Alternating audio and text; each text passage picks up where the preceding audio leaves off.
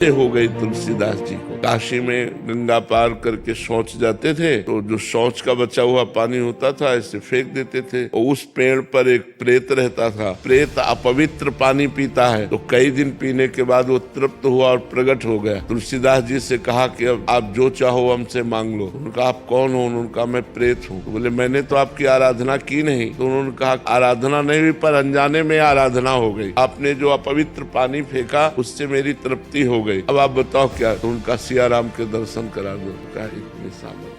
हमारी इतनी सामर्थ्य नहीं है कि मैं सिया राम के दर्शन करा दूं। उपाय बता सकता हूँ, उपाय से पक्का सिया राम के दर्शन हो जाएंगे। तो उनका बताओ। तो बोले तुलसी घाट में जब रामचरित्र का गायन किया जाता है, भगवान की कथा होती है, उस समय महावीर परम महाभागवत बजरंगबली हनुमान जी महाराज आते हैं। उनके चरण पकड़ लो, वो सिया राम जी के दर्शन करा देंगे। तो उनका हम पहचानेंगे कैसे? बोले सबसे पहले आते हैं और सबसे बाद के जाते हैं और मलिन वस्त्र होता है, वृद्ध स्वरूप होता है। तुलसीदास जी उस दिन गए तो जे ही कथा शुरू तो सबसे पहले आकर हनुमान जी महाराज बैठ गए। मलिन कपड़ा पहने ऐसे वृद्ध रूप में तुलसीदास जी दृष्टि रखते हैं। और जब सब चले गए तो हम प्रणाम करके वो चले। जो ही चले सो पीछे लगे तो भागे हो। तो तुलसी घाट से लेकर संकट मोचन जो काशी के हैं वहां तक हम इतने दिन हो गए भजन करते हुए। मैं अपने प्रभु को देखना चाहता हूँ, कैसे है मेरे सिया राम जी। तो उनका यहाँ काशी में नहीं, चित्रकूट में चलो। तो फिर हनुमान जी की कृपा से श्री लक्ष्मण जी और श्री राम जी का साक्षात्कार